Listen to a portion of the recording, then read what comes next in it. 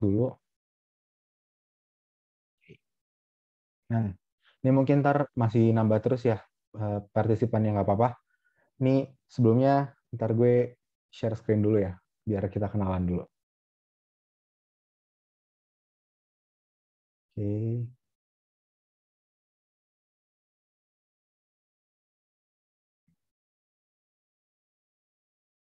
Sebentar.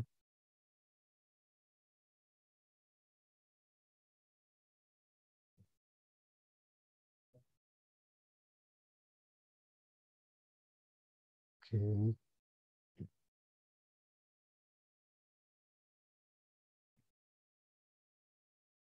Udah kelihatan belum? Oke.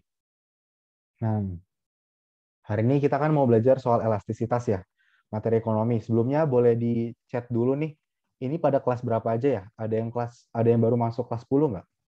Atau udah kelas 12 semua? Kelas 12 Kak. Oh, masih ada juga nih yang kelas 10 nih. Kak. Oke, oke. Nah, mungkin nih buat yang nanti ada satu part gitu yang buat kelas 10 mungkin agak ribet karena belum masuk materinya, itu materi turunan. Cuma nggak apa-apa, ntar kita belajar pelan-pelan ya. Buat yang kelas 12 harusnya udah ngerti sih karena dasar-dasarnya turunan doang. Oke? Oke, jadi sebelumnya kita kenalan dulu. Nah, nama gue Malvin Pradana Ginting dan biasa dipanggil Malvin. Gue dari lulusan SMA Negeri 77 Jakarta dan sekarang mahasiswa baru di akuntansi UI. Cuma masih ospek juga jadi belum belum jadi mahasiswa banget. Dan asal gue dari Jakarta. Nah, kebetulan gue kemarin lolos dari jalur SNMPTN. Jadi yang mau nanya soal jurusan akuntansi atau yang mau nanya tentang UI atau nanya soal SNMPTN boleh nanti di DM aja ke Instagram gue @malvinpradana. Oke? Nah, sebelumnya nih supaya ini kayaknya masih pada tegang semua nih, gue nggak tahu sih muka-mukanya nggak kelihatan. Kita main games dulu ya. Kayak ini games tebak kata, simple aja. Nanti ada 2 soal buat pemanasan aja. Materinya masih seputar materi elastisitas, jadi yang tahu langsung cepet-cepetan jawab di komen ya. Udah siap belum? Ini udah siap belum? Siap. Siap, Siap, Ya. Kak. Oke, oke. Siap. Ini kita mulai ya. 1, 2, 3. Nah, ini apa nih? Ada yang bisa jawab nggak? Langsung jawab di chat aja.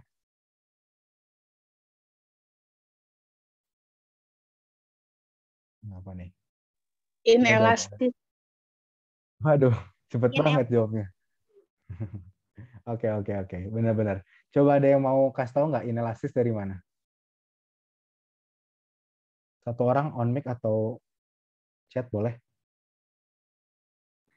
Ada yang Kan bisa? kan BIN itu kan B-nya dicoret jadi N. Terus Elsa itu L A dan stis udah jadi. Oh, iya, betul, betul, betul. Oke, ini lanjut soal kedua sekaligus terakhir ya. Nggak bisa lama soalnya materinya hari ini biar nyampe kelar. Oke, ini yang terakhir ya. Oke, ini tadi benar inelastis. Yang kedua adalah, nih, apa nih? Jawab di chat, coba jawab di chat. Jadi ketahuan yang ini. Ada ini jadi satu kata ya, 3 gambarnya ntar jadi satu kata. Ayo, itu in, on, atau under. Yang tengah tuh apa? Ada yang bisa nggak nih?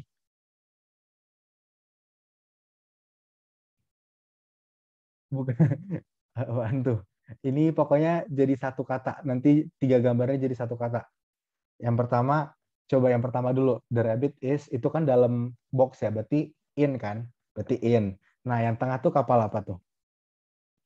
Yang tengah tuh kapal apa? Ini kayak gue terlalu ribet deh ngasihnya. Nah, kapal feri, berarti in ferry. Terus yang kanan tuh gambar apa? Orang lagi ngapain? Inventarisasi. Senam. Enggak, maksudnya tuh yang kanan tuh olahraga gitu. Jadi OR. OR. Jadi inferior gitu. Oke, kayak terlalu ribet ya. Nggak apa-apa deh. Sorry ya. Ini maksudnya inferior kok. Itu udah ada yang benar Kayla. Oke, oke, oke. Nggak nyampe otaknya. Oke, nggak apa-apa. Santai. Jadi kita langsung masuk ke materi elastisitasnya aja. Oke, jadi ini konsepnya dulu, elastisitas itu dibagi 4. Yang pertama ada elastisitas harga, ada elastisitas pendapatan, elastisitas silang, dan elastisitas titik. Kalau harga ini sebenarnya elastisitas tuh konsepnya sama semua ya. Jadi cuman membedakan tuh variabelnya aja. Kita mau ngelihat perubahan harga, perubahan pendapatan, perubahan antara dua barang, atau yang bentuknya tuh pakai persamaan gitu. Oke, lanjut. Nah, kita langsung ke soal aja, tapi ntar ada penjelasan materi dulu. Nah, ini yang paling dasar dan paling sering keluar di UTBK gitu. Kita kan mau targetnya bisa UTBK gitu ya. Ini adalah materi paling dasar di elastisitas, yaitu elastisitas permintaan. Rumusnya adalah delta Q per delta P dikali P per Q. Itu tuh delta itu artinya selisih gitu. Jadi kalau ntar diketahui Q1 dan Q2, diketahui P1 dan P2, delta Q itu artinya Q2 min Q1. Delta P juga artinya P2 min P1. Mungkin kalau masih ada yang belum kebayang, kita langsung lanjut ke soal aja. Nah, ini soalnya begini. Berikut merupakan data harga dan permintaan barang A. Kalau harga barang A itu, misal A deh, kalau harga sendal itu 30.000, maka permintaan pembeli itu ada 15 orang yang mau beli sendal itu gitu. Tapi saat harga itu diturunin jadi 24.000, yang mau beli ada 20 orang gitu. Nah, berapa koefisien elastisitas permintaannya? Oke, kita bahas aja ya. Ini, nah, oke. Jadi gini, sesuai rumus yang tadi, ini tuh simpel banget. Ini kategorinya elastisitas permintaan ya. Ini simpel banget. Jadi rumusnya tadi kan adalah E sama dengan delta Q per delta P dikali P per Q. Nah, P dan Q ini adalah P1 dan Q1. Jadi kita lihat sama-sama. Delta Q. Delta Q berarti selisih antara Q2 dengan Q1. Nih, ini Q2, ini Q1. Berarti selisihnya 20 dikurang 15. Bagi delta P. Delta P 24.000 dikurang 30.000. Berarti minus 6.000 kan? Coba ditulis aja deh. 24.000 dikurang 30.000. Dikali P1 per Q1. P1-nya berapa? Ini P1, ini P2. Berarti P1-nya 30.000. Dibagi Q1. Q1-nya 15. Nah, berarti berapa nih? 5 dibagi minus 6.000 dikali 30.000 dibagi 15. Nah, ini tinggal coret ribunya. 30 bagi 15, 2. 2 sama min 6 jadi min 3 sama dengan min 5 per 3. Oke. Ini bisalah harusnya ya. Perhitungan-perhitungan begini kalau ada yang belum lancar, itu banyakin latihan aja intinya. Oke, ini jadi jawabannya adalah yang F. Ada yang masih bingung nggak sampai sini? Tentang perhitungannya aja gitu. Apa bisa dimengerti nggak? Jelas, Kak. Jelas, Kak. Jelas, Kak. Oke. Nah, ini 5 per 3. Kenapa dia minus? Pokoknya intinya adalah elastisitas permintaan itu wujudnya akan selalu, oke, lebih pelan ya. Oke, sorry. Jadi kalau permintaan itu wujudnya akan selalu negatif. Kenapa negatif? Karena memang sesuai dengan hukum dari permintaan sendiri, kalau kita lihat dari kurvanya, nah ini adalah kurva permintaan, itu sifat slope-nya atau kemiringannya adalah negatif gitu. Cuman kalau terlalu ribet nggak usah digituin banget. Yang penting kalau permintaan itu sifatnya negatif gitu. Oke, kalau masih ada yang bingung kita lanjut ke soal selanjutnya. Nah, ini masih sama atau mau coba dikerjain dulu boleh dengan rumus yang tadi nih. Gue kasih rumusnya E sama dengan delta Q per delta P kali P per Q. Coba dikerjain dulu. Ntar kalau pada bisa kita lanjut, kalau ada yang nggak bisa gue bahas. Coba 1 menit, ada yang bisa kerjain nggak? Ntar coba aja tulis jawabannya. Itu udah ada rumusnya kok.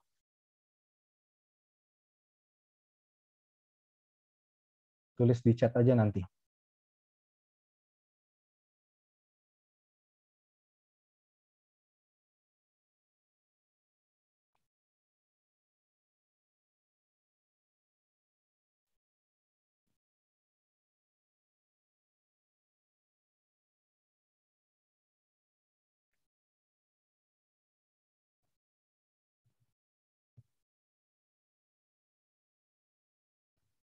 Ada yang bisa?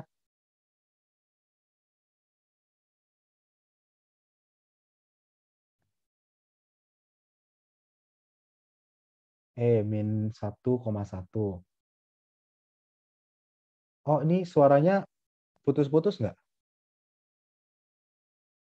Putus-putus ya? Enggak, Kak. Halo? Jelas. Enggak. Jelas. Oke, ntar kalau ada yang putus-putus bilang ya. Ya, Delta Kak. Q, delta P-nya yang mana deh?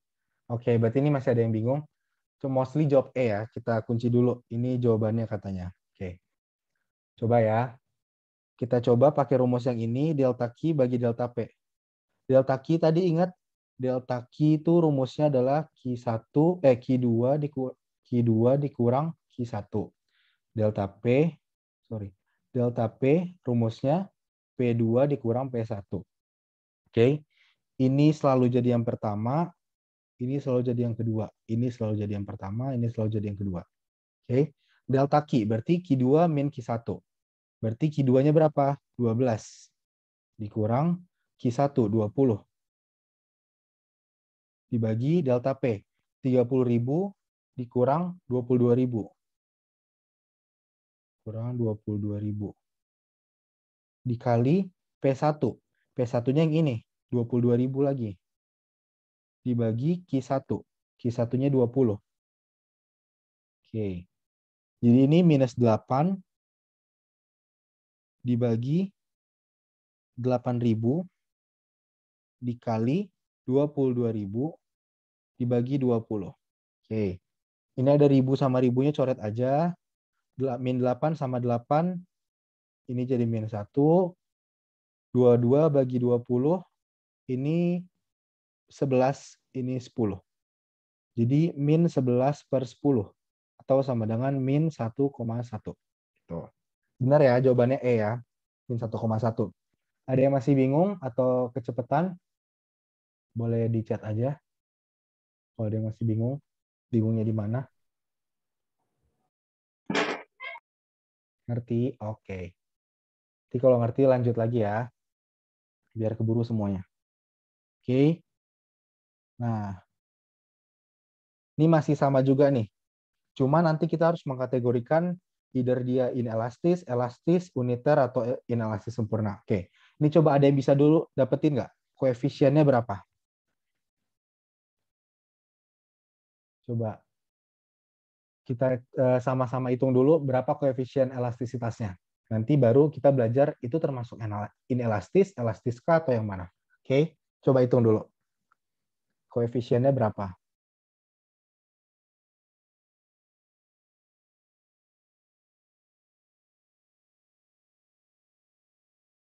Nanti jawab di chat aja ya, berapa angkanya. Pakai rumus yang tadi. E sama dengan delta Q per delta P kali P1 per Q1. Ini Q1-nya, Q2-nya, P1-nya, P2-nya. Min 1. Ada jawaban lain? Coba ntar kita cek bareng-bareng. Min 1. Oke, ini udah ada beberapa yang jawab. Jadi kita cek bareng-bareng ya. E, delta Q 20 kurang 15, 5. Bagi delta P, 20.000 dikurang 30.000. Berarti min 10.000. Dikali P1, P1-nya 30.000. 30.000 dibagi Q1, Q1-nya 15. Ribunya coret, 30 sama 15, sisa 2. 2 sama min 10, sisa min 5. Sama dengan min 5 per 5 atau min 1. Nah, min 1 ini termasuk inelastiskah, elastiskah, uniter, atau inelastis sempurna. Oke, sebelumnya gue jelasin dulu. Jadi kategori elastisitas itu ada 5. Yang pertama adalah inelastis sempurna. Yang kedua ada inelastis. Yang ketiga ada uniter. Yang keempat ada elastis. Dan yang kelima ada elastis sempurna. Oke. Nah, ini tuh apa sih? Ini bergantung pada koefisien elastisitasnya. Kayak tadi nih, ini koefisien elastisitasnya min 1. Yang sebelumnya tadi ada yang minus 1,1. Nah, itu artinya apa gitu? Oke. Jadi, kalau dari definisinya sendiri, ini tuh dikategoriin jadi inelastis sempurna kalau elastisitasnya sama dengan 0. Inelastis kalau elastisitasnya kurang dari 1. Tapi lebih besar dari 0. Kalau uniter itu dia sama dengan 1. Kalau elastis itu lebih dari 1. Sementara elastis sempurna itu kalau elastisitasnya tak terhingga. Nah, cuma kita lihat nih, ini kan dia minus 1 nih. Berarti kalau minus 1, dia masuk yang mana dong? Nggak ada yang di bawah 0 kan? Semua pasti dimulai dari 0, 0 sampai 1, 1 di atas 1, dan tak terhingga. Jadi masuk yang mana nih? Nah, kalau gini, jadi sebenarnya gini, ada syarat lagi nih. Khusus untuk elastisitas permintaan, kan tadi kita bilang kalau elastisitas permintaan wujudnya akan selalu negatif kan? Nah, kalau kita mau ngelihat dia tuh kategorinya yang mana, sekedar mau lihat kategori apa, kita ilangin aja negatifnya gitu. Jadi kesannya adalah dimutlakkan. Dimutlakkan. Nah, jadi min 1 ini dimutlakkan akan jadi sama dengan 1. Nah, berarti dia termasuk elastisitas uniter. Kalau yang soal sebelumnya, dia koefisien elastisitasnya sama dengan negatif 1,1. Berarti dia termasuk yang mana? Kalau negatif 1,1, dia masuk inelastiskah, elastiskah, uniter, atau yang mana? Ada yang bisa jawab nggak? Elastis. Elastis. Oke, benar ya elastis. Kenapa? Karena ini permintaan, kita ubah dulu jadi mutlak. Jadi mutlak min 1,1 atau sama dengan 1,1. Nah, 1,1 ini kan lebih dari 1. Berarti dia masuknya elastis gitu. Ada yang mau ditanya? Apa udah paham? Paham, Kak. Maksudnya tak terhingga. Nah, sebenarnya tuh gini, tak terhingga tuh sebenarnya kalau di konsep kehidupan sebenarnya itu kurang relevan karena ya nggak mungkin sih ada barang yang harganya berapapun atau harganya berubah sedikit itu langsung parah banget perubahannya. Jadi sebenarnya elastis sempurna ini cuma di teori doang. Jadi sebenarnya juga nggak ada sih karena elastis sempurna itu kan benar-benar dia tak terhingga ya. Cuma nih namanya aja gitu. Sebenarnya kalau di kehidupan relevan juga nggak ada sih. Nggak bisa dikasih contoh. Pasti ujung-ujungnya masih elastis gitu. Oke. Khusus elastisitas permintaan doang. Yang dimutlakkan elastisitas permintaan karena dia memang sifatnya negatif gitu. Yang lain kayak elastisitas penawaran memang nanti hasilnya pasti akan positif gitu. Oke, ada lagi yang mau nanya? Apa udah paham?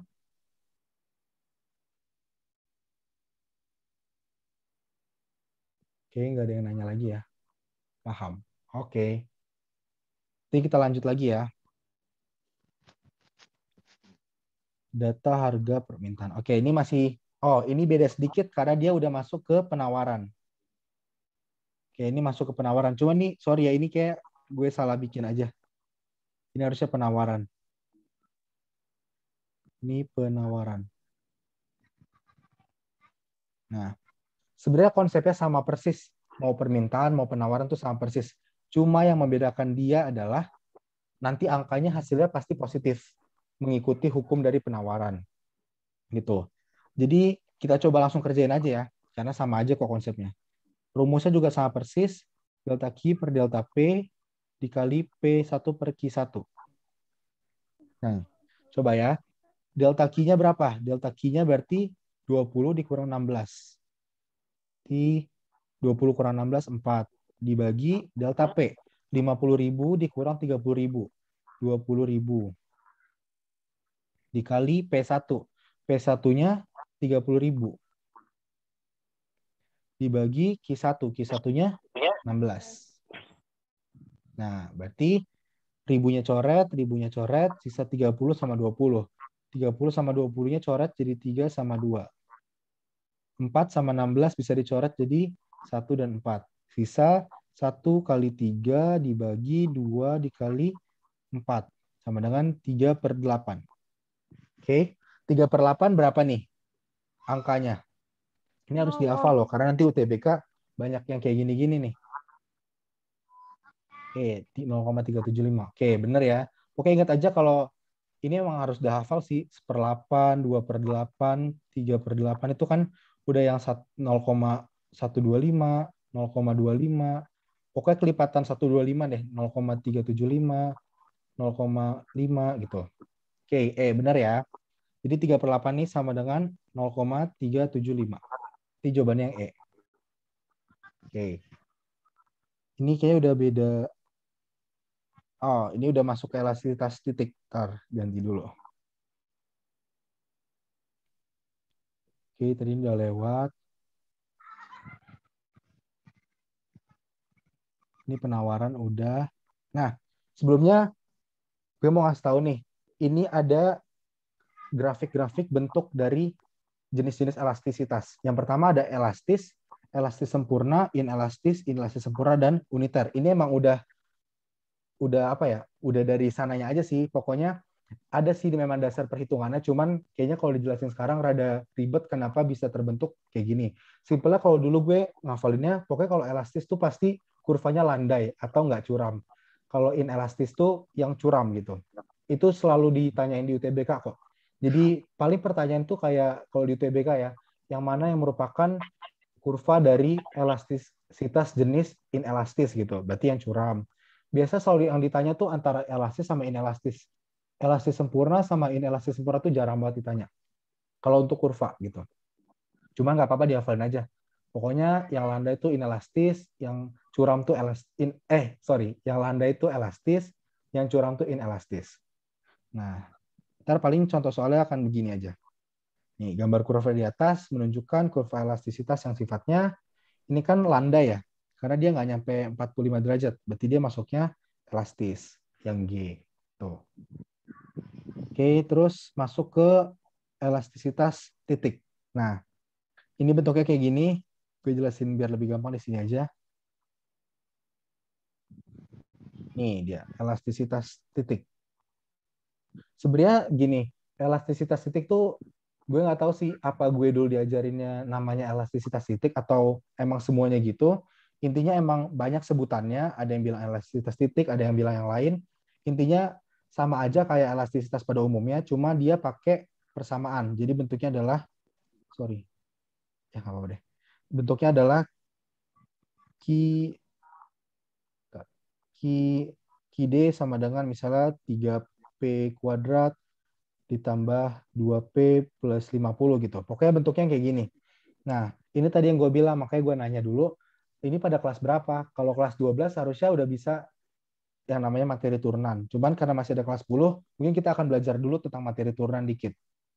Jadi gini, ini terkait materi turunan. Turunan. Sorry, ada yang ngomong nggak? Kayak ada suaranya. Ada yang mau nanya? Kalau mau nanya,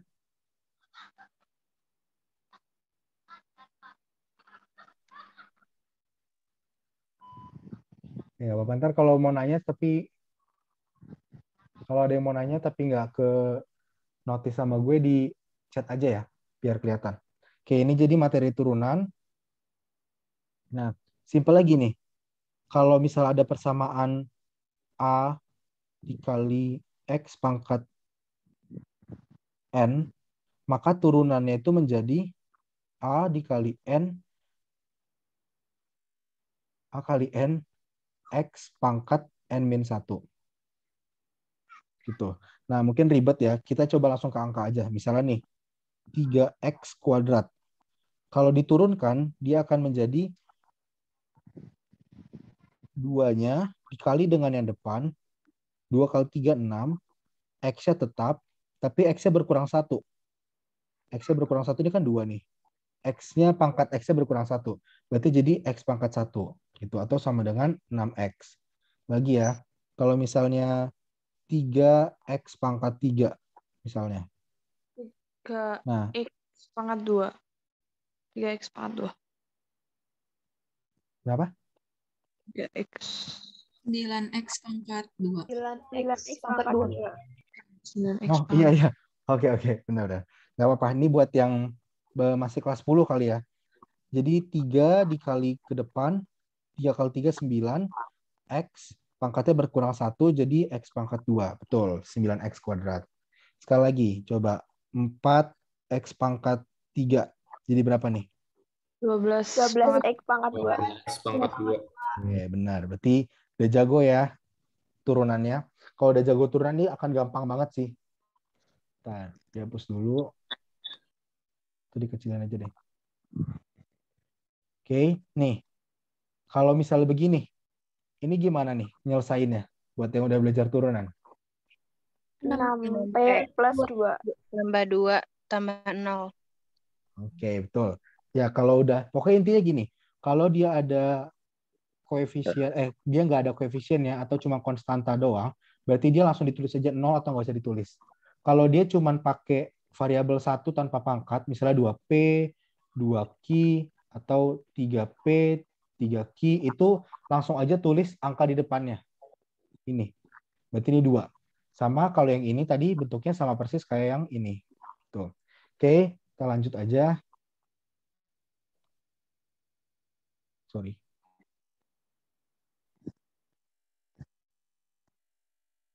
Nah, jadi gini. Soalnya itu, nih, salah lagi. Nah, Bapak, ini sebenarnya harusnya, ntar gue benerin dulu deh. Ini harusnya persamaannya itu QD sama dengan min 2P plus 100. Oke. Diketahui fungsi permintaan barang C adalah QD sama dengan min 2P plus 100. Oke, ntar kita coba ya. Berapa permintaan barang C dalam kondisi jumlah barang yang diminta sebesar 10? Oke. QD sama dengan min 2P plus 100. Oke. Caranya adalah, rumusnya tuh begini. Elastisitas sama dengan Q aksen atau turunan pertama dari Q dikali P per Q. Nah, itu aja. Oke. Nah, berarti jawabnya gimana nih? Q aksennya kita bisa dapat nih. Q aksennya berapa? Turunan dari QD. Berarti yang kayak tadi, ini nggak ada pangkatnya, berarti jawabannya min 2. Ini konstanta doang, berarti langsung dihilangin. Berarti jawabannya min 2 kan? Itu rumus untuk fungsi permintaan. Iya, pokoknya intinya sama aja, cuman dia modelnya persamaan gini. Kan permintaan penawaran juga sama kan rumusnya, cuma nanti hasilnya aja. Ada yang negatif, ada yang positif. Nah, ini dia min 2 kan? Berarti dia min 2 ditulis dikali P per Q. P-nya berapa? Kita lihat nih. Berapa elastisitas permintaan barang C dalam kondisi jumlah barang yang diminta sebesar 10? Nah, P-nya kita belum dapat nih. P. Q-nya 10. Karena ada dibilang jumlah barang yang diminta sebesar 10. Berarti 10. Nah, gimana dapetin P-nya? Kita masukin dulu ke rumus persamaannya. QD sama dengan min 2P plus 100. Kita mau cari P-nya. Q-nya berapa tadi? Q-nya sebesar 10. 10 sama dengan min 2P plus 100. Nah, ini tinggal pindah. Min 90 sama dengan min 2P. Atau dibagi minus. Jadi 90 sama dengan 2P. Atau P sama dengan 45. Oke. Nah, berarti P-nya 45 nih. Min 2 dikali 45 per 10. Sama dengan, ini coret, jadi 5. Berarti min 45 dibagi 5. Atau min 9. Sorry, ini kok nggak ada jawabannya. Sorry. Ntar kita cek sama-sama ya. Oke. Nah, itu min 9 nih. Ntar. Kalau yang gue jelasin ini ada yang masih belum ngerti nggak? Coba. Yang nggak ngertinya di bagian mana? Yang masih belum ngerti? Yang QD sama dengan negatif 2P tambah 1 yang hasilnya 10 itu loh, Kak. Saya tadi kecepatan. QD. Oh, oke. Berarti ulang aja ya. Coba kita ulang ya. Pelan-pelan. Oke, jadi gini. QD sama dengan min 2P plus 100 kan. Nah, terus ada lagi nih dikasih tahu bahwa jumlah barang yang diminta itu sebesar 10 kan. itu nandain artinya Q sama dengan 10. Oke. Nah, biar gampang kita cari dulu deh P-nya ini berapa. Jadi biar kita dapat. Berarti 10 dengan cara 10 sama dengan min 2P ditambah 100. Itu Q-nya ini, Q10 ini dimasukin aja ke sini. Buat dapetin P. Nah, berarti ini pindah ke sini jadi min 90 sama dengan min 2P. Oke, 90 sama dengan 2P. P sama dengan 45. Oke, jadi kita udah dapet nih. Kan rumusnya E itu sama dengan Q aksen dikali P1 dibagi Q1. Oke. Gak mau kayak gini sih. Daripada yang tadi. Sorry, kenapa?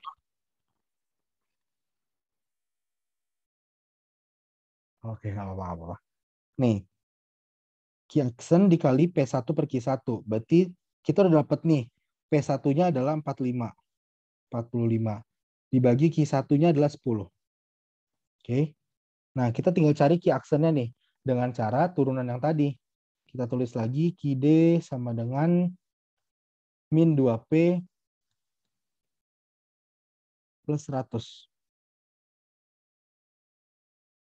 Nah, kita cari turunannya. Turunan pertama dari QD atau QD aksen. Sama dengan min 2P berarti jadi min 2. 100 ini karena konstanta doang, nggak punya variabel, berarti jadi 0. Berarti jadi min 2 aja. Berarti ini jawabannya min 2 dikali 45 dibagi 10. 45 sama 10 coret bagi 5. Sama-sama bagi 5, 9, 2, min 9 jawabannya. Sorry kalau ini ada kesalahan. Ada yang masih mau ditanya?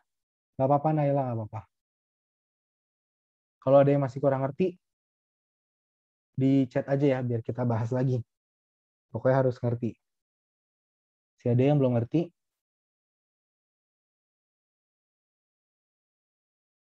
Ngerti, Kak. Yang lain ngerti nggak?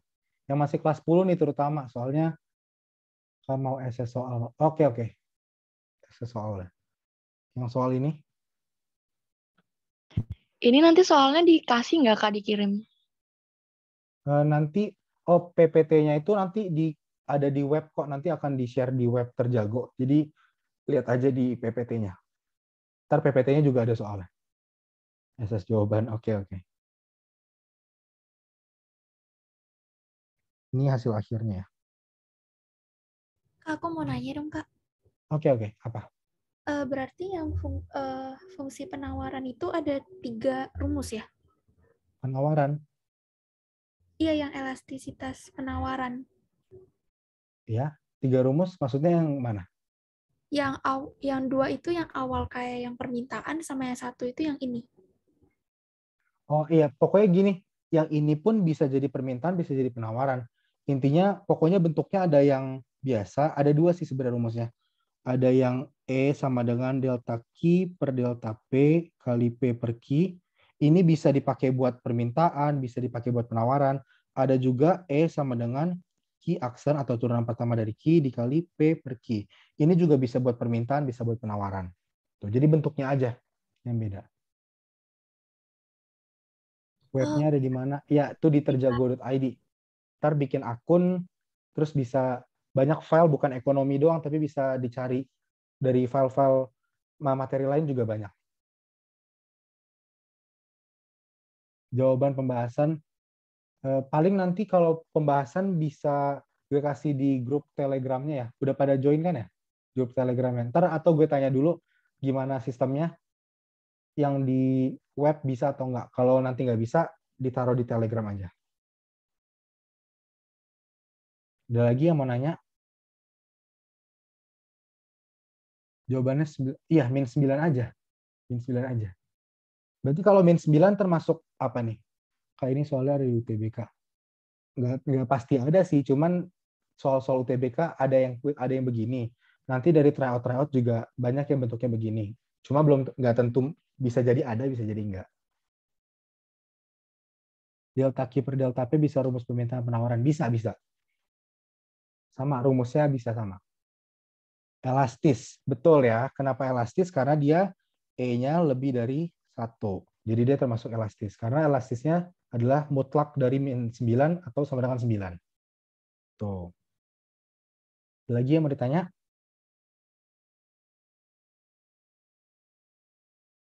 Kalau permintaan hasilnya angka positif dinegatifin. Enggak. Jarang sih. Harusnya kalau permintaan tuh umumnya negatif. Kecuali ada beberapa barang kan emang yang melanggar aturan hukum permintaan. Cuma nggak pernah nyampe ke situ sih, karena poinnya buat tahu aja murid tuh ngerti nggak ngitung elastisitas. Jadi harusnya pasti negatif sih. Nanti dihitungnya jadi positif. Jadi kedua rumus itu masing-masing dipakai. Kedua rumus itu masing-masing dipakai tergantung. Jadi gini, nih pertanyaannya bagus juga nih. Jadi kapan kita pakai rumus E sama dengan delta Q per delta P dikali P1 per Q1. Kapan kita pakai rumus Q aksen dikali P1 per Q1. Nah ini kan ada dua rumus ya. Kapan kita pakai yang atas, kapan kita pakai yang bawah. Dari sini juga kelihatan jelas kan. Ini ada P1-nya diketahui, Q1-nya diketahui. Kalau ini biasanya dia cuma salah satu nih yang diketahui. Bisa P1-nya doang, bisa Q1-nya doang gitu. Cuma yang bawah ini dia pasti akan nyertain fungsi. Misalnya yang tadi D sama dengan 3P kuadrat ditambah 2P plus 50 gitu. Pokoknya dia ada fungsi. Pokoknya dia bentuknya adalah QD sama dengan AP kuadrat plus BP plus C gitu. Kalau yang ini, dia biasanya, oh ya, makasih Mingo, Adima. Oke. Nah, kalau yang atas itu, dia pakainya adalah tabel biasanya. Kalau nggak tabel atau diketahui. Misalnya gini nih, diketahui sebuah barang dengan harga 50 naik menjadi 60 dan permintaannya turun dari 40 menjadi 30 gitu. Jadi udah jelas Q1-nya ada, Q2-nya ada, P1-nya ada, P2-nya ada. Jadi itu pakai rumus yang atas. Sementara kalau rumus yang bawah itu dia bentuknya persamaan begini. Nah, itu pakainya Q aksen kali P1 per Q1. Soalnya kalau nanti kayak tabel tadi nih, misalnya nih, tabelnya 50, 40, 20, 30. Kan kita nggak bisa juga nyari berapa persamaannya, berapa yang harus diturunin, kan nggak ada kan. Jadi pakailah yang atas gitu. Jadi sesuaiin aja sama soalnya yang mana. Lama-lama ntar kalau latihan terus, pasti langsung nangkep kok, oh ini pakai yang rumus ini pakai rumus ini. Cuman emang paling sering adalah pakai rumus yang ini. Ini paling umum, paling sering. Gitu. Cuma kadang-kadang namanya UTBK kan, bisa aja dia nyertain rumus yang ini gitu. Itu sih. Oh iya Kak, makasih. Oke. C-nya itu semuanya berubah jadi 0. Iya, kalau konstanta doang diturunin pasti jadi 0. Karena dia nggak punya variabel. Tuh.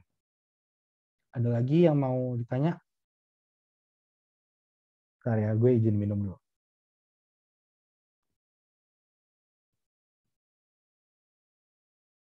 Ada lagi yang mau nanya? Apa paham? Paham Kak. Paham, Kak. Oke. Oke, kalau gitu lanjut ya.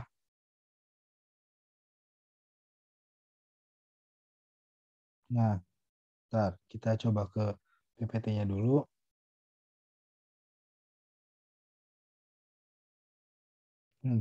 Kalau begini nih, ada yang bisa nggak? Ada yang tahu nggak? Jadi itu kan elastisitas tuh ada 5 ya.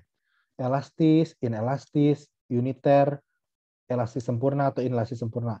Contoh barang yang punya koefisien elastisnya tuh kurang dari 1. Kurang dari 1 berarti inelastis. Ada yang bisa nebak nggak?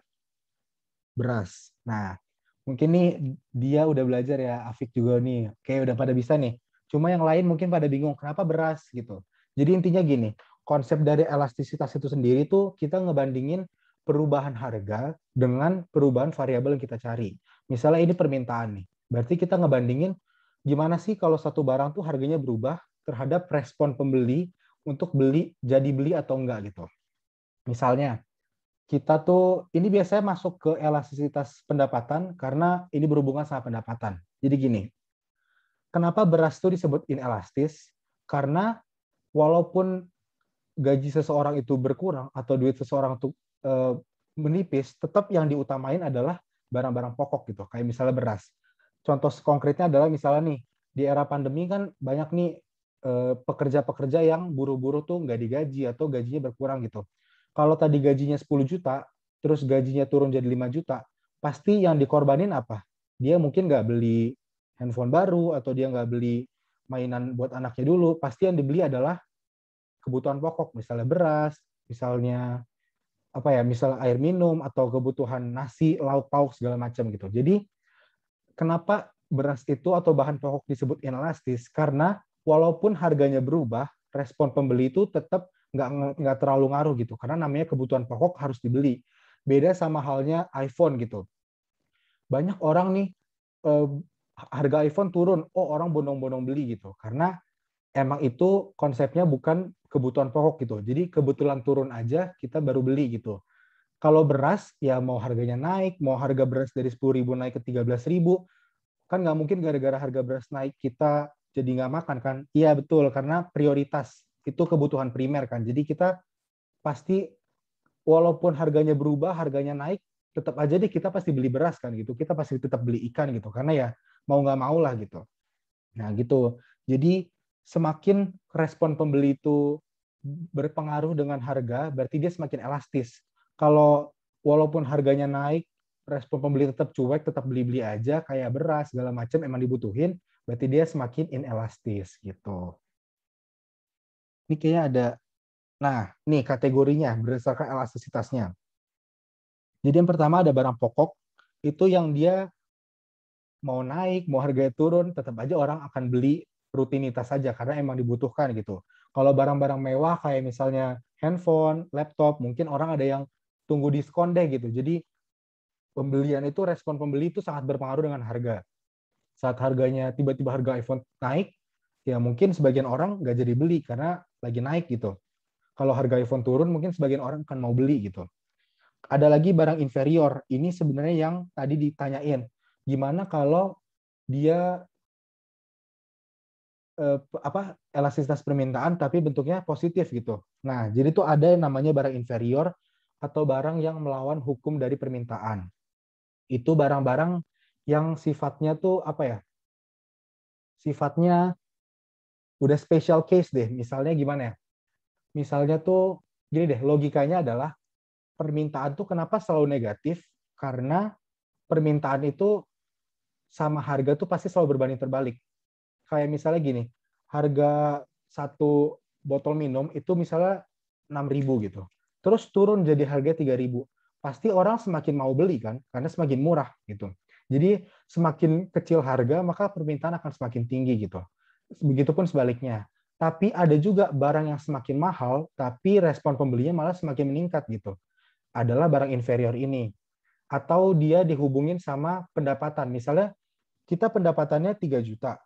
Kita beli ayam itu 1 kali sebulan. Saat kita pendapatannya naik jadi 6 juta, mungkin kan logikanya berarti kita bisa beli ayam jadi 2 kali lipat. Berarti kan semakin tinggi pendapatan kita, respon pembeli pun semakin tinggi kan untuk membeli sebuah barang gitu. Nah, tapi ada yang terbalik atau barang inferior ini. Jadi sifatnya kebalik. Kenapa? Karena misalnya gini, kita tuh gajinya 10 juta nih. Kita punya motor 1. Kalau gaji kita berubah atau naik jadi 20 juta, mungkin kan orang mikirnya, oh berarti dia mungkin nambah 1 motor lagi, jadi 2 motor. Tapi enggak, dia jual motornya, dia beli mobil. Nah, kalau dia beli mobil, berarti kan permintaan untuk motor akan berkurang, permintaan untuk mobil akan naik gitu kan. Itu yang dibilang sama barang inferior gitu. Jadi barang inferior tiap orang tuh beda. Seiring kenaikan pendapatan, bukannya malah barangnya meningkat, tapi berkurang. Kayak tadi, misalnya barang inferior saya tuh motor, karena kalau gaji saya meningkat, ya saya mending beli mobil, saya nggak beli motor, saya nggak akan nambah motor, tapi saya akan beli mobil gitu. Itu adalah contoh barang inferior. Terus, nah ini baru yang kita ngomongin berhubungan sama pendapatan. Ini sebenarnya yang rada kompleks, cuma nggak apa-apa kita bahas sebentar. Ini ada, nah ini dulu deh. Nah, jadi gini, di elastisitas silang ini, di elastisitas pendapatan itu kita ada ngomongin namanya elastisitas silang. Jadi, kita bahas elastisitas silang dulu deh. Jadi yang pertama ada substitusi dan komplementer. Oke. Ada yang nilainya elastisitasnya negatif, ada yang sifatnya positif. Cuma rumusnya beda ya sama yang sebelumnya. Bentar. Nih, jadi gini.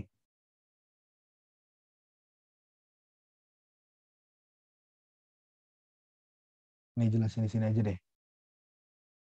Nih, rumus dari elastisitas silang adalah E sama dengan delta Q dx per delta PY dikali PY, sorry. Ini agak susah emang rumusnya. Per QX. Nah, ini maksudnya apa? Jadi tuh gini, yang tadi gue obrolin panjang lebar itu mungkin ada yang belum ngerti, gue simpulin dulu. Jadi ada namanya substitusi, ada namanya komplementer. Oke. Nah, barang substitusi dan komplementer ini bedanya apa? Jadi gini, kalau substitusi itu sifatnya adalah saling menggantikan. Komplementer itu saling melengkapi. Contohnya apa? Contohnya adalah kalau substitusi kopi dengan teh gitu misalnya. Kita tahu nih, misalnya nih kita ke warung nih atau ke warteg, Bu beli kopi gitu. Ternyata kopinya habis, ya udah teh aja. Itu bisa saling menggantikan kan? Atau misalnya kita lagi mau makan ayam di sebuah restoran, ternyata ayamnya habis, ya udah kita pesen ikan. Itu bisa saling menggantikan posisinya gitu. Posisi mereka adalah saling substitutif gitu. Sementara kalau komplementer tuh saling melengkapi. Saling melengkapi maksudnya gimana? Misalnya gini, kalau kita punya mobil, pasti kita butuh bensin. Kalau kita punya motor, pasti kita butuh bensin. Itu sifatnya saling melengkapi. Dan ini berhubungan sama elastisitas. Gimana contohnya? Jadi gini, misalnya nih, harga dari ikan, nih ibu pergi ke pasar nih, harga ikan naik. Terus ibu bilang, harga ikan segini kemahalan, mending saya beli ayam aja gitu. Otomatis permintaan ikan tadinya jadi gini nih, permintaan ikan akan turun. Kenapa? Karena tadinya ibu mau beli ikan karena harganya naik, ya udah ibu beralih ke beli ayam. Akibatnya permintaan ikan turun. Yang naik apa? Permintaan ayam. Karena orang yang tadinya mau beli ikan karena lihat harganya naik, pada pindah jadi beli ayam. Jadi permintaan ayam akan naik. Nah, inilah hubungan antara harga dari suatu barang dengan permintaan barang lainnya atau permintaan barang substitusi atau komplementernya. Nah, terus kita gimana taunya itu substitusi atau komplementer? Nih, kita bisa buktiin dari sini. Substitusi itu pokoknya dia elastisitasnya akan positif atau hubungannya akan positif. Kalau komplementer tuh hubungannya akan negatif. Nih, kita lihat nih, harga ikan naik, permintaan ayam akan naik. Berarti ini hubungannya sama-sama naik kan? Berarti positif, sejalan, sama-sama naik atau sama-sama turun. Berarti kalau sama-sama naik, dia positif, berarti dia termasuk substitusi. Benar kan? Dia saling menggantikan. Benar kan? Ikan sama ayam tuh saling menggantikan. Kita kasih contoh yang komplementer. Misalnya nih, harga mobil. Harga mobil naik. Oke.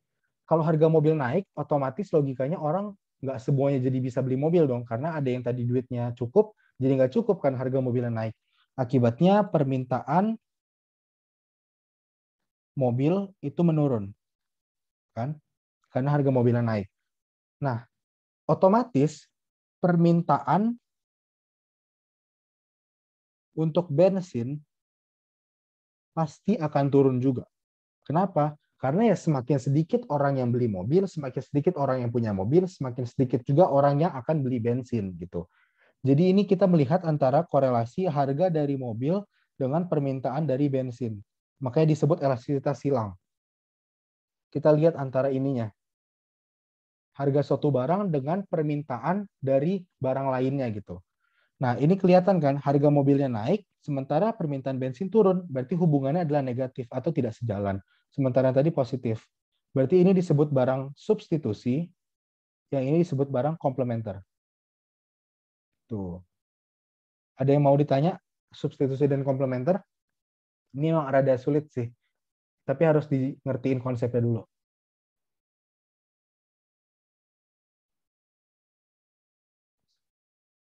Ngerti, oke. Yang lain, kalau belum paham, coba ngertiin dulu. Kalau belum paham, lihat dulu di mana yang nggak pahamnya. Yang penting paham dulu konsepnya. Kalau tentang hafalannya nanti tinggal dihafal. Oke.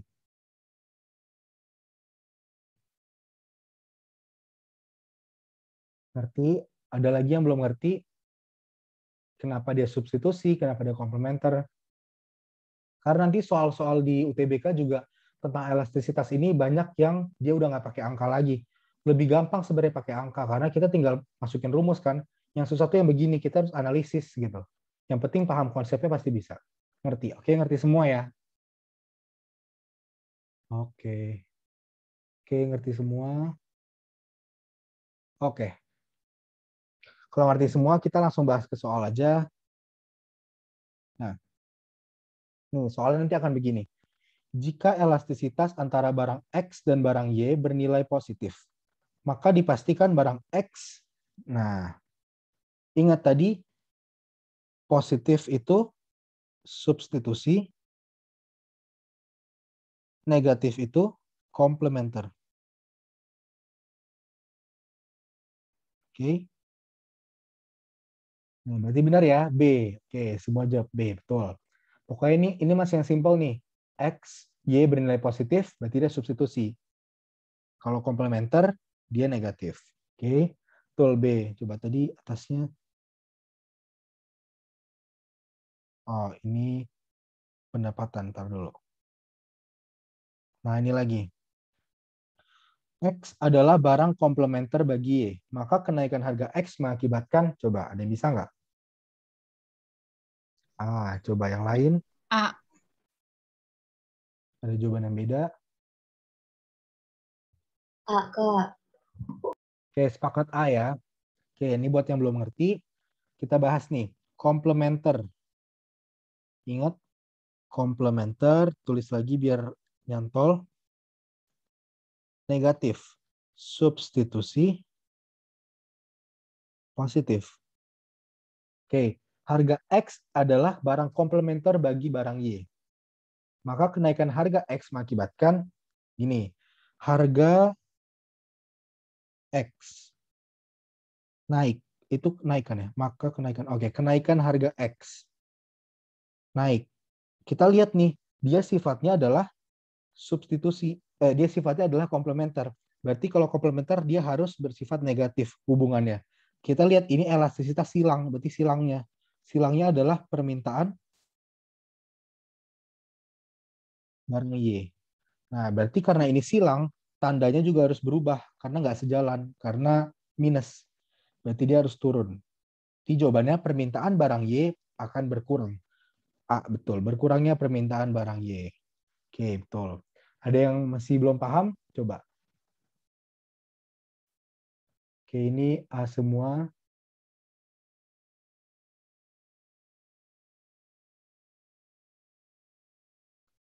Oke. Kalau ada yang belum paham, tulis aja ya. Biar semuanya paham. Pelan-pelan aja nih. Paham ya? Oke, paham semua. Masih ada nggak ya soal? Nah, ini terakhir sih tentang masalah komplementer dan substitusi. Bentuk sifat komplementer sempurna. Jadi sebenarnya ini pernah dibahas, pernah keluar di soal salah satu tryout yang gue ikutin dan pernah juga keluar di soal Olimpiade Sains Nasional tingkat provinsi. Oke. Yang merupakan sifat komplementer sempurna. Jadi ingat, kalau komplementer itu kan sifatnya saling komplementer, dia saling melengkapi ya. Melengkapi. Kayak contohnya, apa tadi? Kayak contohnya adalah bensin dengan mobil, bensin dengan motor gitu. Nah, tapi kalau namanya komplementer sempurna, berarti dia sebuah pasangan yang nggak bisa dilepasin. Jadi jawaban di sini adalah yang B, sepatu kiri dan sepatu kanan. Atau kaos kaki kiri dan kaos kaki kanan. Jadi konsepnya tuh pokoknya komplementer tuh yang saling melengkapi. Kalau dia komplementer sempurna, dia yang benar-benar harus banget gitu. Jadi nggak mungkin kan kita pakai sepatu kiri dan kiri, sepatu kiri pasti pasangannya sepatu kanan gitu. Kalau motor dan bensin ini sebenarnya benar. Cuman dia komplementer aja, bukan komplementer sempurna. Dia saling melengkapi, cuman bukan yang berpasangan gitu. Makanan minuman juga bisa jadi komplementer. Buku tulis dan pulpen juga bisa, cuman bukan komplementer sempurna. Begitu. Oke, ini komplementer habis. Di terakhir tentang yang pendapatan. Oke, ntar kita ke atas lagi. Kalau udah pada paham. Sorry ya, ini bentar. Oke.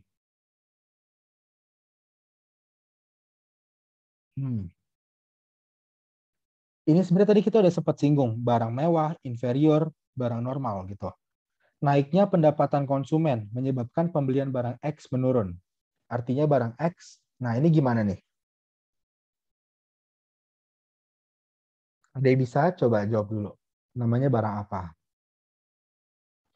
Pendapatannya naik. Kenapa? Tadi siapa yang jawab nih? Jawab aja nggak apa-apa, salah juga nggak apa-apa. Inferior. Inferior. Oke, ada jawaban lain? Kita kunci dulu. Ada yang jawab selain inferior atau jawab inferior juga? Barang Mewah. normal. Oke. Inferior. Ada yang jawab mewah. Oke. Oke.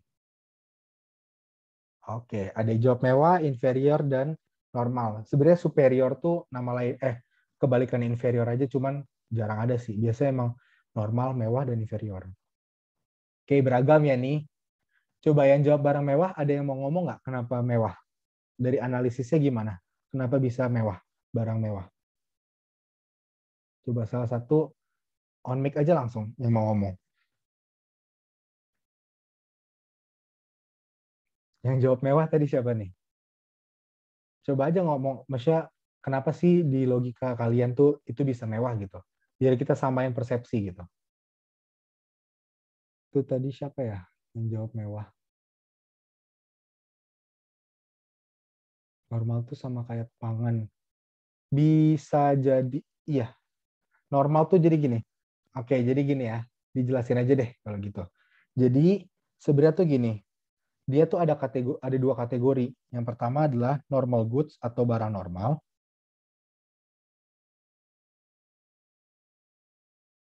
Yang kedua ada barang inferior. Nah, terus tadi barang mewah tuh di mana? Barang normal ini dibagi dua. Barang kebutuhan pokok, bahan pokok, ada juga namanya barang mewah. Tuh. Jadi barang mewah ini termasuk dalam kategori barang normal. Kalau inferior ya inferior aja. Nah, dia tadi nih yang kita kelompokin 3 tadi, yang di slide presentasinya, itu yang elastisitasnya ini kurang dari 1. Atau disebut inelastis gitu. Kalau ini elastisitasnya lebih dari 1 atau disebut elastis. Kalau barang inferior ini, dia yang elastisitasnya adalah negatif gitu. Ini kurang dari 0. Cuma ini special case ya. Tadi makanya kenapa barang elastisitas permintaan harus dimutlakkan. Kalau enggak, nanti terkesan barang itu adalah barang inferior. Padahal sebenarnya barang inferior itu beda gitu. Kalau kita ngelihat cuma elastisitasnya doang, itu harus dimutlakkan kalau permintaan supaya nggak rancu dengan barang inferior. Karena barang inferior sendiri elastisitasnya memang kurang dari 0 gitu. Nah, jadi gini, kalau di soal dengan naiknya pendapatan konsumen menyebabkan pembelian barang X menurun. Itu sama persis dengan contoh yang tadi gue kasih, gitu kan. Tadi misalnya barang inferior gue itu motor. Motor itu gue punya karena gaji gue di range harga 10 juta.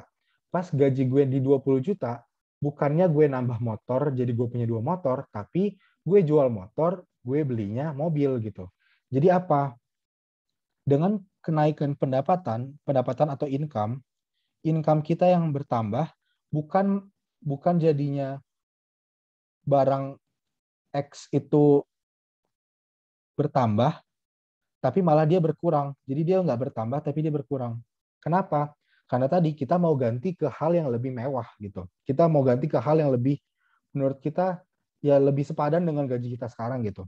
Kayak tadi, gue gaji 10 juta, gue pakai motor. Gue gaji 20 juta, gue pakainya mobil. Nah, artinya apa? Kenaikan income ini menyebabkan barang X atau motor, kita ganti jadi motor aja. Motor malah berkurang. Berarti kalau motornya berkurang, berarti motor ini adalah barang inferior gue gitu. Jadi kalau di sini dengan naiknya pendapatan menyebabkan pembelian barang X menurun, artinya X adalah barang inferior gitu. Intinya adalah barang yang melawan hukum permintaan gitu. Kenapa melawan hukum permintaan? Karena hukum permintaan itu kan semakin tinggi harga, pasti semakin rendah juga permintaan. Semakin tinggi pendapatan juga, pasti semakin tinggi permintaan orang. Kayak gimana ya? Kita makan ayam tadi contohnya. Kita makan ayam 1 bulan sekali karena gaji kita cuma 5 juta. Tapi kalau gaji kita 20 juta, mungkin kita bisa makan ayam seminggu sekali gitu. Jadi semakin tinggi pendapatan kita, permintaan kita akan ayam harusnya semakin tinggi karena daya beli kita semakin tinggi kan.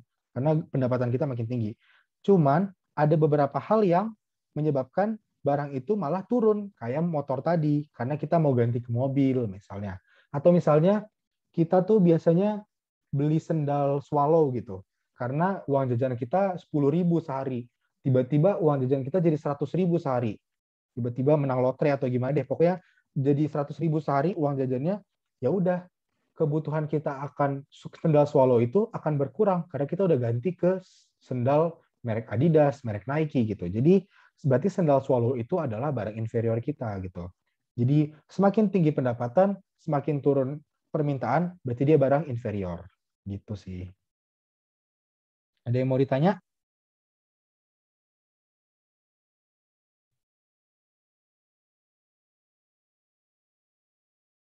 Kak, aku mau SS dong, Kak. Soalnya ada yang komen. Tadi aku baca di Google. Barang superior adalah barang yang sering dianggap sebagai barang-barang mewah. Jadi superior sama mewah. Bisa sih.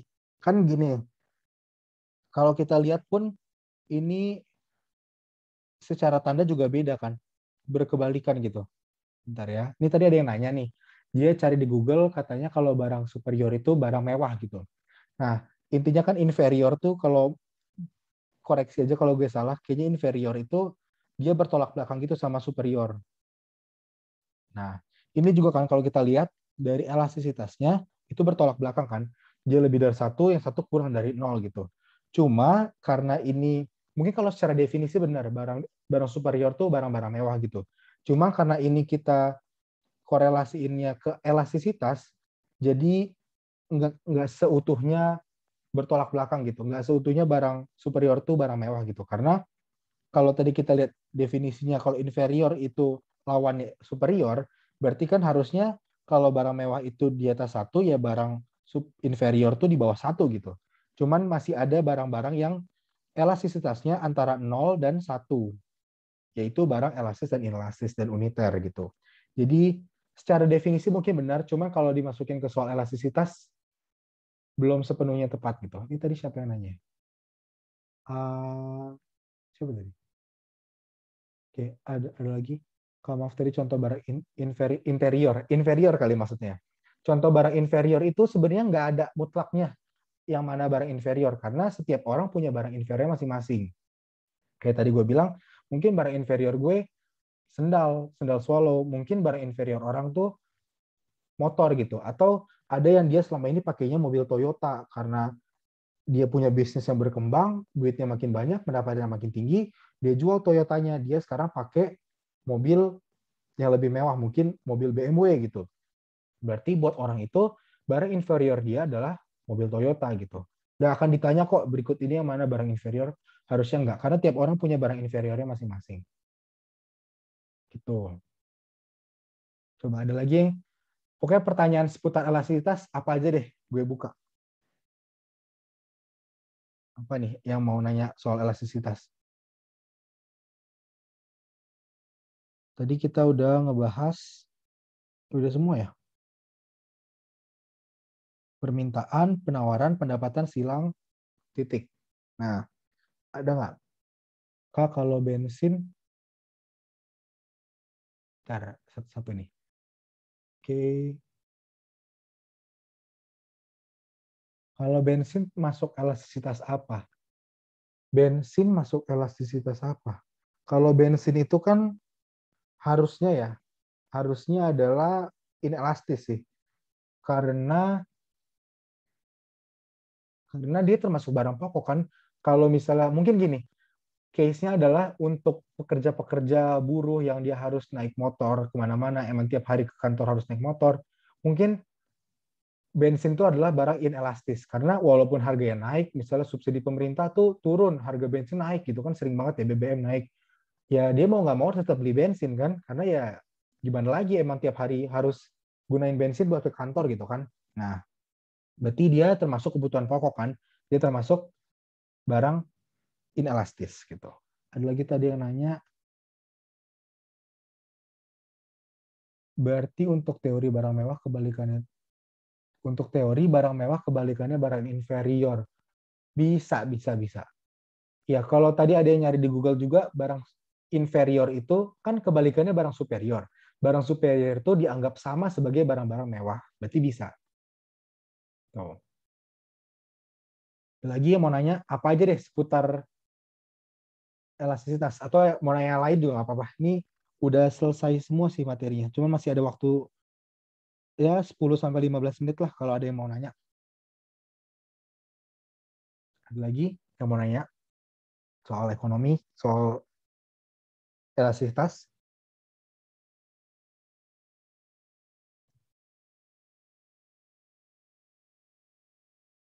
Ini yang kelas 10 baru masuk banget ya? Udah mulai belajar belum yang kelas 10? Coba yang kelas 10 bisa dijawab di chat, udah mulai belajar Kalau belum? nyampe elastisitas gitu belum sih ya di sekolah aku. Oh, belum ya? Baru, thank you Kak izin live. Oke, nggak apa-apa. Oke, sudah. Oh, dari mulai belajar. Ekonominya masih ini ya? Masih apa ya? Semester 1 tuh pengertian ekonomi ya? Oikosnomos ya? Belum. Oke, nggak apa-apa. Pokoknya kalau UTBK tuh nanti soal-soalnya emang rada beda dengan yang diajarin di sekolah. Dasar-dasarnya doang diajarin di sekolah, cuman soal UTBK emang beda sendiri konsepnya. Maaf Kak, boleh dijelaskan lagi soal angka dimutlakan. Oke, mungkin ini yang kelas 10 juga belum ngerti tentang dimutlakan ya. Ini sebenarnya simpel aja, kalau yang dimutlakan tuh nggak usah ribet-ribet banget, karena kalau di elastisitas itu dimutlakan tuh cuman apa ya, jadi gitu gini, sebenarnya konsepnya adalah X itu bisa jadi X, bisa jadi negatif X, kalau dimutlakan, kalau dia ke lebih dari 0, kurang dari 0, kalau ini dia lebih dari 0. Maksudnya gimana? Jadi intinya gini deh, mutlak itu kita mau bilang kalau dia, oh ini ada yang bilang udah nyampe mikro makro. Wih, keren. Oke, kalau misalnya X mutlak itu pokoknya dia bisa gimana caranya supaya dia positif deh gitu intinya. Jadi tuh gini, misalnya kalau kalau di matematika mungkin lebih kompleks ya, lebih kompleks jauh tentang mutlak tuh gimana. Cuma kalau di ekonomi sendiri khusus elastisitas itu intinya kalau nanti hasilnya negatif 3 ya udah mutlak jadi 3. Pokoknya angkanya negatif tuh ujung-ujungnya positif gitu.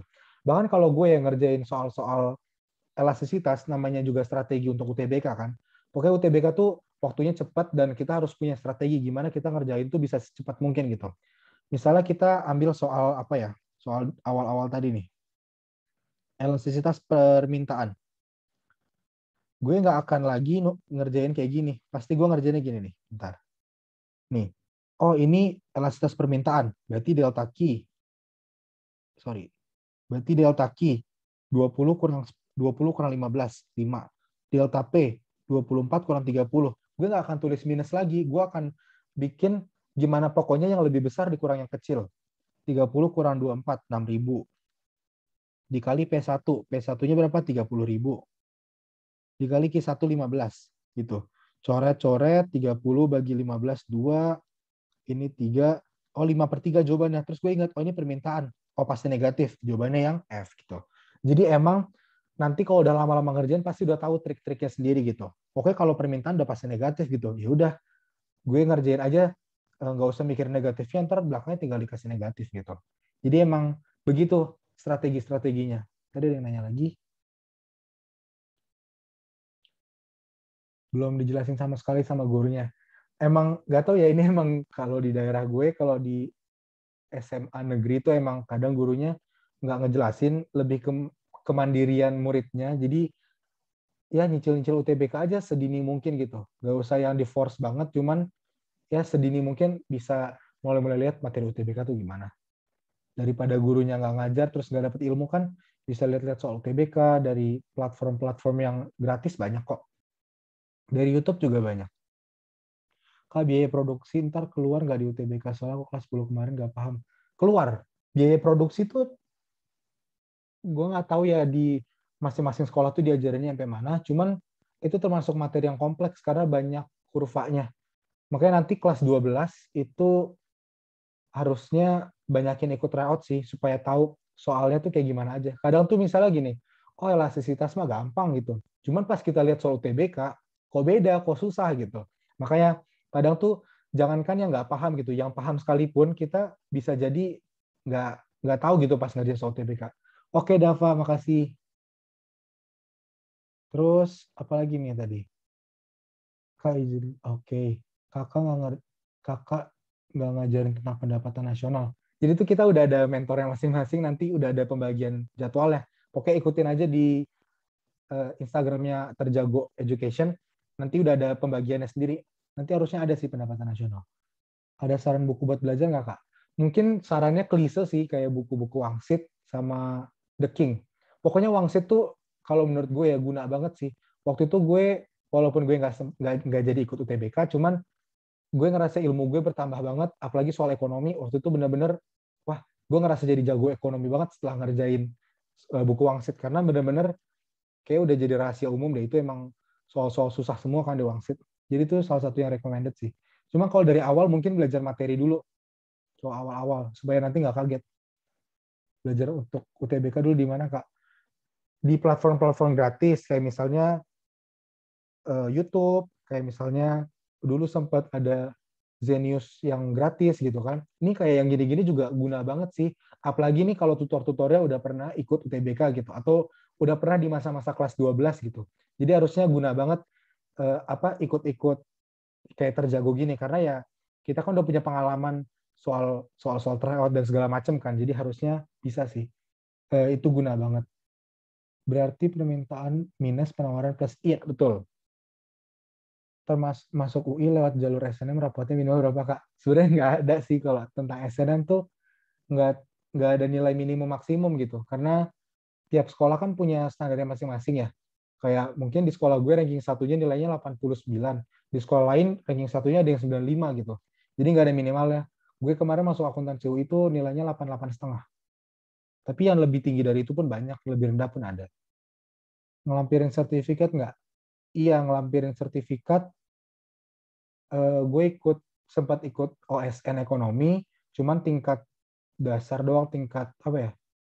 Tingkat kabupaten kota sama provinsi sebagai peserta doang gitu. Terus ada lagi nih. Dulu awal banget mulai belajar buat UTBK atau belajar buat sekolah. Nah, sebenarnya gini, ingat prioritas kalian gitu. Kalau kalian ngerasa nih, ini bukan maksudnya mau menjatuhkan atau gimana ya.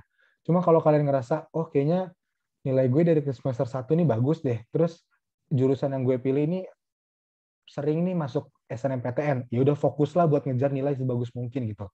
Kalau kalian kan bisa kalian ngerasa sendiri kan.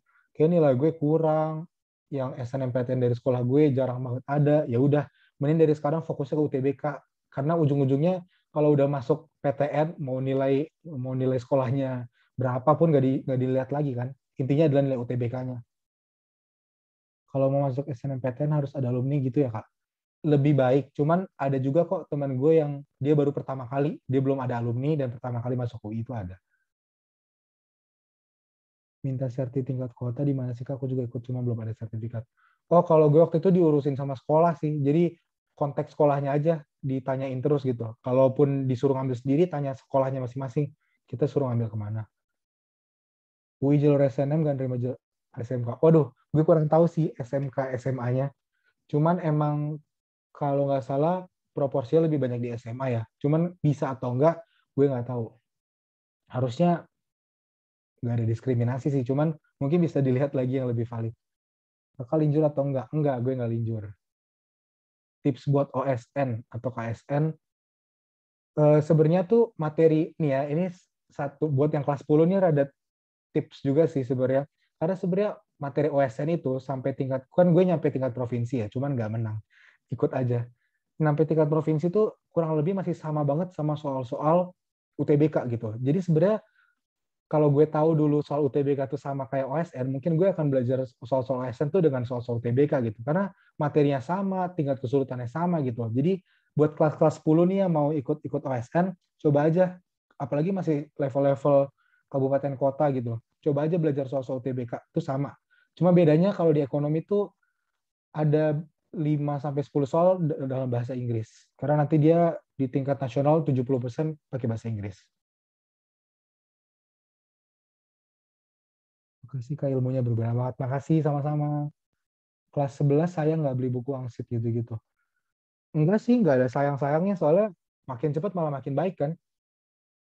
Karena ya kalau udah bisa hatam semua buku wangsit harusnya udah jago sih. Jadi nggak sayang dong. Kalau mau belajar TPS ada rekomendasi.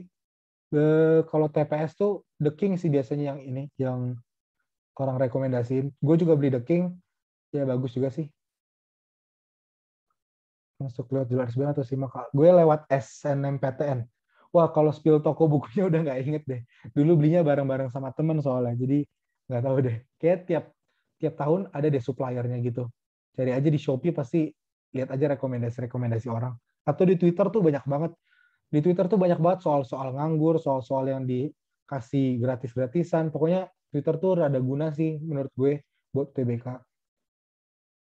Minimal sehari ngerjain berapa soal. Kalau waktu itu gue targetnya satu hari ngerjain 80 soal.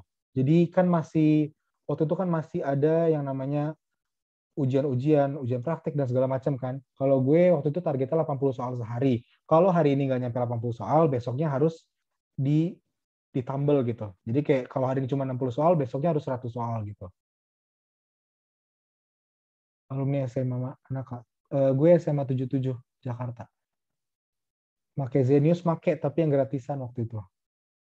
Wangsit atau The King? Kalau gue sih prefernya Wangsit, kalau TPS The King. Soalnya TPS tuh lebih ke latihan aja sesering mungkin. Kalau Wangsit itu lebih ke soal-soal susah buat di TKA. Nanyanya sambil on mic boleh. Ya tuh boleh tuh. Kalau nanya sambil on mic juga nggak apa-apa.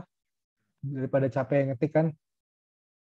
80 soal satu pelajaran doang atau campur bebas. Kalau gue waktu itu pokoknya harus 80 soal sehari. Nah, itu ada yang ngasih rekomendasi tempat beli itu. Boleh, pokoknya nggak usah peduli mau bukunya pre-love, mau bekas orang, mau apa. Karena tiap tahun ke tahun juga Wangsit tuh nggak yang signifikan gitu perbedaannya. Jadi yang penting pernah ngerjain soalnya deh gitu.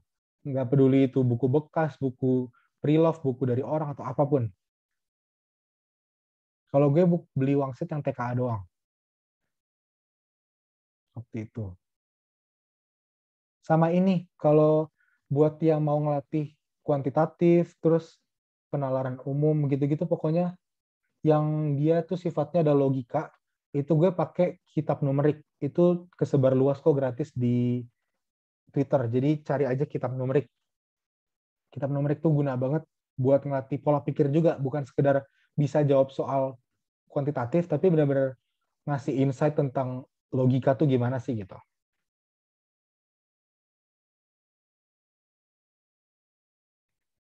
Waduh, ini oke, bahasa ini mungkin ini Adima waktunya masih banyak nggak ya? Ini banyak Siko pertanyaan. sampai jam 6 kalau mau. Kenapa? Sampai jam 6 maksimal. Oke. Itu masih bisa ya. Ini ada yang nanya soal UI. UI itu harus jago bahasa Inggris atau enggak? Sebenarnya kalau mau naik semester harus tes TOEFL begitu. Sebenarnya gini, ini spoileran aja ya. Kalau di UI itu kita semua mahasiswa baru nanti, tapi gue belum. Nanti tuh sekitar bulan September, pokoknya awal masuk setelah ospek, ada namanya tes EPT atau English Proficiency Test. Itu sejenis TOEFL. Yang dimana kalau lo nilainya bagus, lo boleh nggak ikut mata pelajaran Inggris atau mata kuliah Inggris.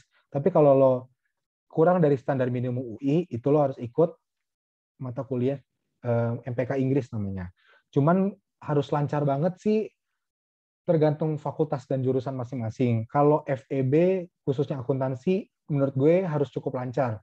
Karena di akuntansi sendiri, kita diwajibin buat ngambil 15 SKS dalam bahasa Inggris gitu.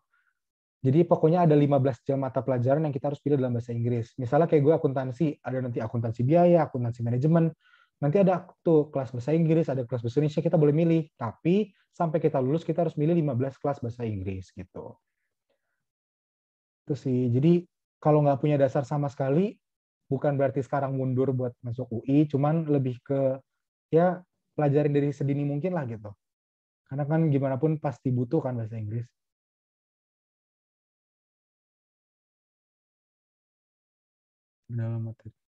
Perdalam materi dulu tuh perbanyak latihan soal.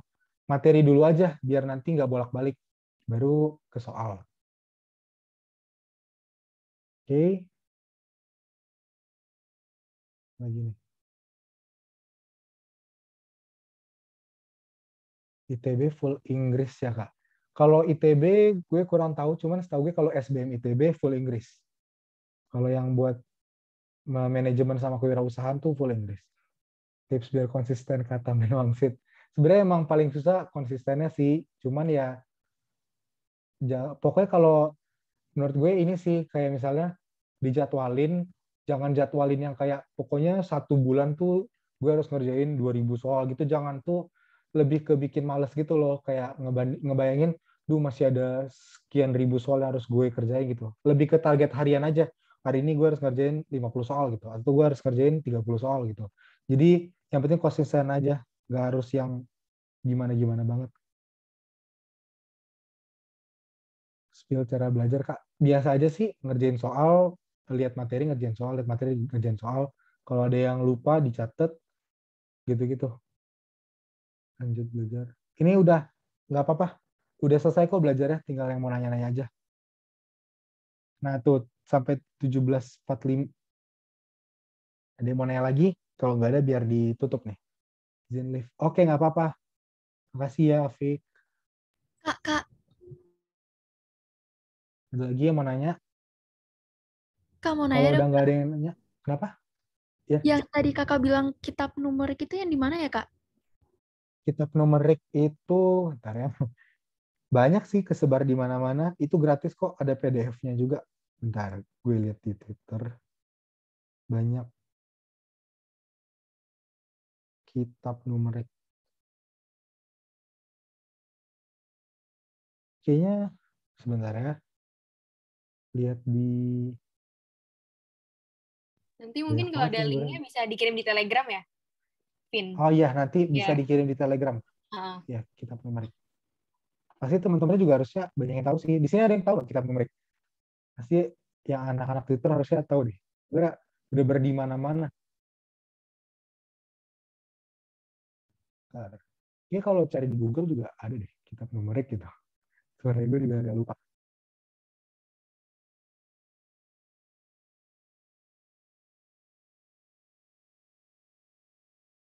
Nah, dari aja pokoknya di Google kitab numerik PDF itu ntar udah banyak kok keluar. Bahkan di Shopee juga udah banyak. Ya, makasih Ai. Ada pertanyaan nih, Vin dari Ayu. Cara membagi tugas dengan tugas sekolah. Soalnya aku linjur dan ada tugas project dan lainnya. Oke. Sebenarnya tadi lebih ke prioritas nih, Ayu ya. Ini Ayu. Oke. Sebenarnya lebih ke prioritas aja. Lebih ke prioritas aja. Ingat tadi, kita tuh fokusnya mau ngejar di UTBK atau ngejar di SNMPTN gitu. Kalau kita emang masih berharap di SNMPTN, masih ngerasa-rasa gitu, ngeraba-raba, ini kayaknya masih bisa nih SNMPTN. Ya udah, fokus kejar nilai, fokus ngejar semua berhubungan dengan sekolah gitu. Cuman tetap jangan ditinggalin salah satunya. ya kalau misalnya emang fokusnya UTBK, ya yang lain tuh kayak udah sampingan aja gitu. Memang kadang tuh kalau kita gue juga salah satu orang yang kompetitif, kadang tuh ngerasa kayak, tugas tuh tetap harus maksimal ngerjainnya gitu. Kalau project-project tuh nggak mau nilainya jelek gitu. Padahal kan intinya dari semua itu nanti UTBK ya. Tapi tetap aja intinya ya nggak apa-apa, harus berani buat ngorbanin sesuatu gitu. Jadi kadang kita ngerjain, kalau gue dulu ngerjain project-project, tugas ujian praktik segala macam tuh udah nomor 2 deh. Pokoknya ya udah sebisanya aja, seselesainya aja. Nomor 1 ngerjain UTBK, belajar UTBK gitu. Ingat prioritas deh pokoknya. Oke, makasih. Ya, sama-sama Stella.